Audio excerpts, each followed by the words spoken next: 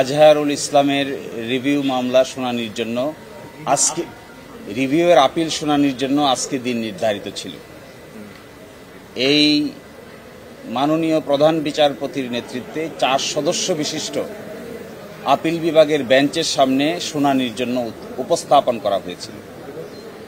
শুনানির এক পর্যায়ে মাননীয় প্রধান বিচারপতি ইচ্ছা প্রকাশ করেছেন যে এই মামলার গুরুত্বের বিচারে এবং এই মামলার আইনি জটিল ব্যাখ্যা বিশ্লেষণের বিষয়ে এই মামলাটি আপিল বিভাগের পূর্ণাঙ্গ বেঞ্চে শুনানি হওয়া উচিত।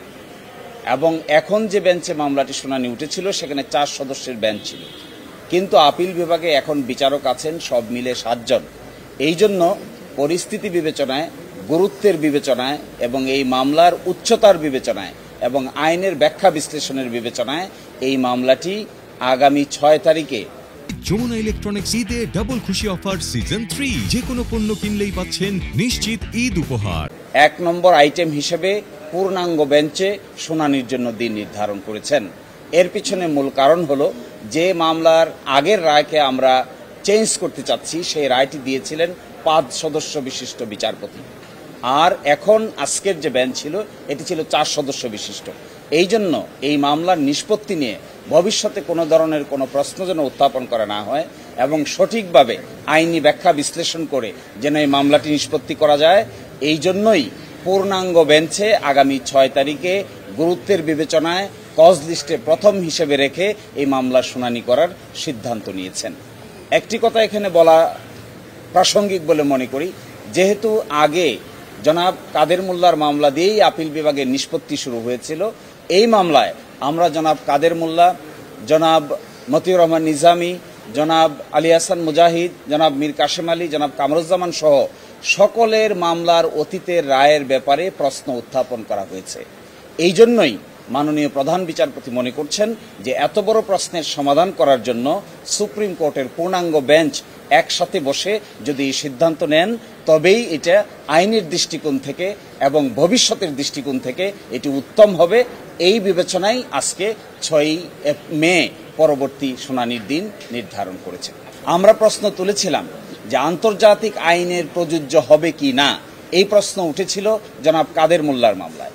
সেই মামলায় তখনকার আপিল বিভাগ সিদ্ধান্ত নিয়েছিল যে আন্তর্জাতিক আইনের প্রযোজ্যতার কোনো প্রয়োজন নাই।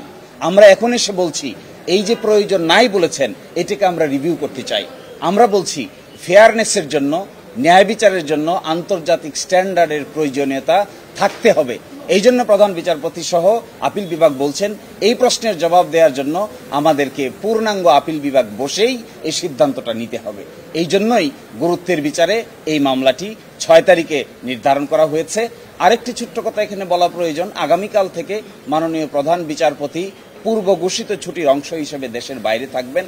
এই জন্য 6 তারিখকে ওনারা নির্ধারণ করেছেন 7 জন মাননীয় বিচারপতির সুবিধা অসুবিধা বিবেচনা করে। আমরা আশা করি ওই দিনের পরে আর এই মামলা নতুন করে শুনানির আর কিছু থাকবে না, আমরাও শুনানি শেষ করব, আদালত উপযুক্ত সিদ্ধান্ত উপনীত হবে।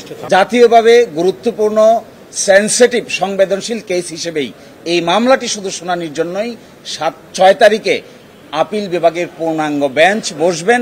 আপনারা এটাও জানেন আপিল বিভাগে নতুন করে 2 জন মাননীয় বিচারপতি অ্যাপয়েন্টমেন্ট পেয়েছেন। আগে ছিলেন 5 জন, এখন হয়েছেন 7 জন। আমরা মনে করি এই মামলার গুরুত্বের বিচারে পূর্ণাঙ্গ বেঞ্চে শুনানিই হবে এই মামলার প্রতি ন্যায় বিচার।